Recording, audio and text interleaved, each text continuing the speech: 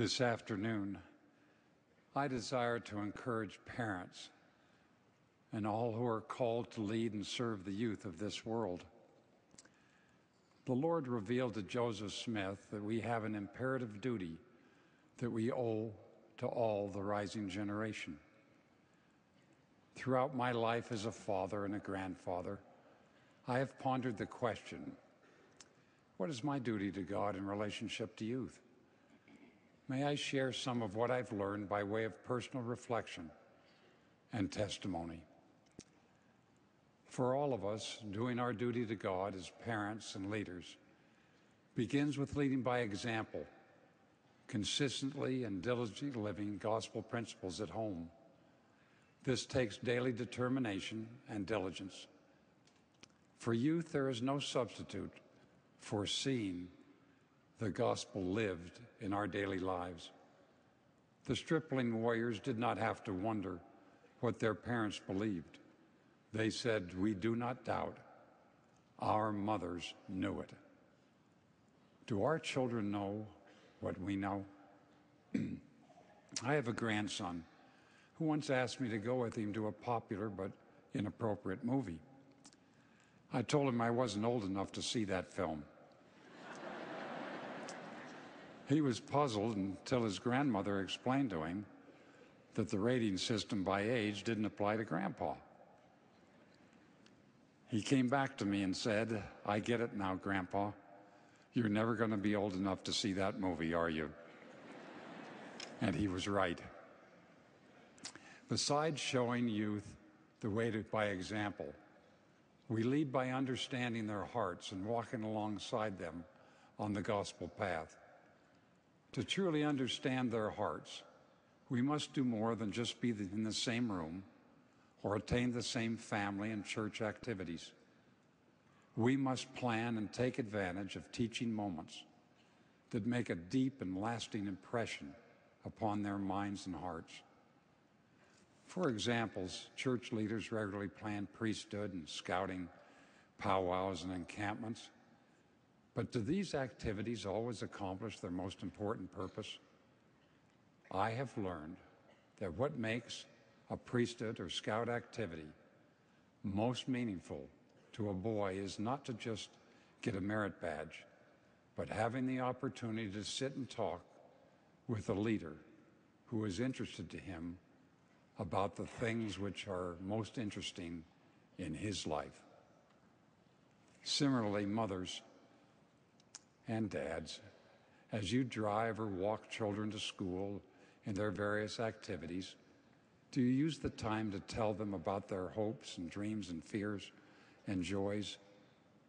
Do you take the time to take the earplugs from the iPods and all the other devices so that they can hear you and feel of your love?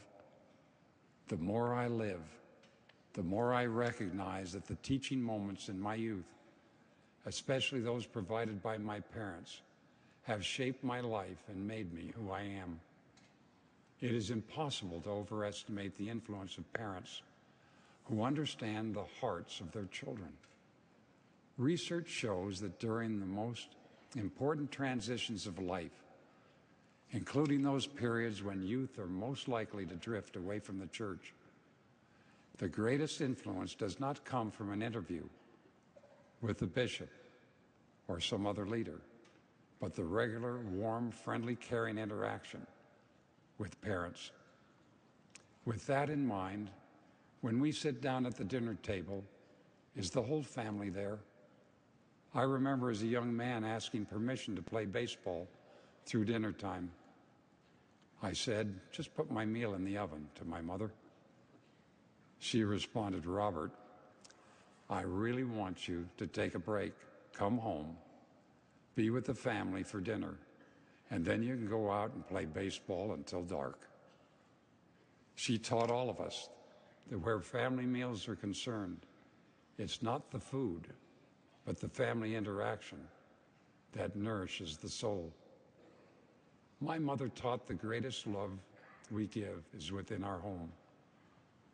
For our interactions with youth to truly touch their hearts, we have to pay attention to them just as we have to pay attention to a trusted adult colleague or a close friend.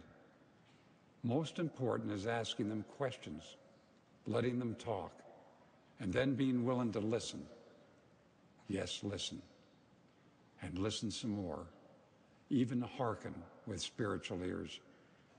Several years ago, I was reading the newspaper when one of my grandsons snuggled up to me.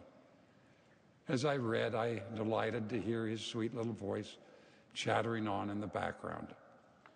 Imagine my surprise when a few moments later, he pushed himself between me and the newspaper, taking my face in his hands and pressing his nose up to mine.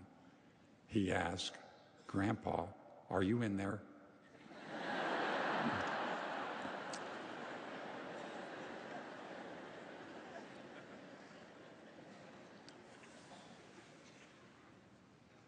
Mother, Father, are you there? Grandpa, Grandma, are you there? Being there means understanding the hearts of our youth and connecting with them. And connecting with them means not just conversing with them, but doing things with them too. Recently,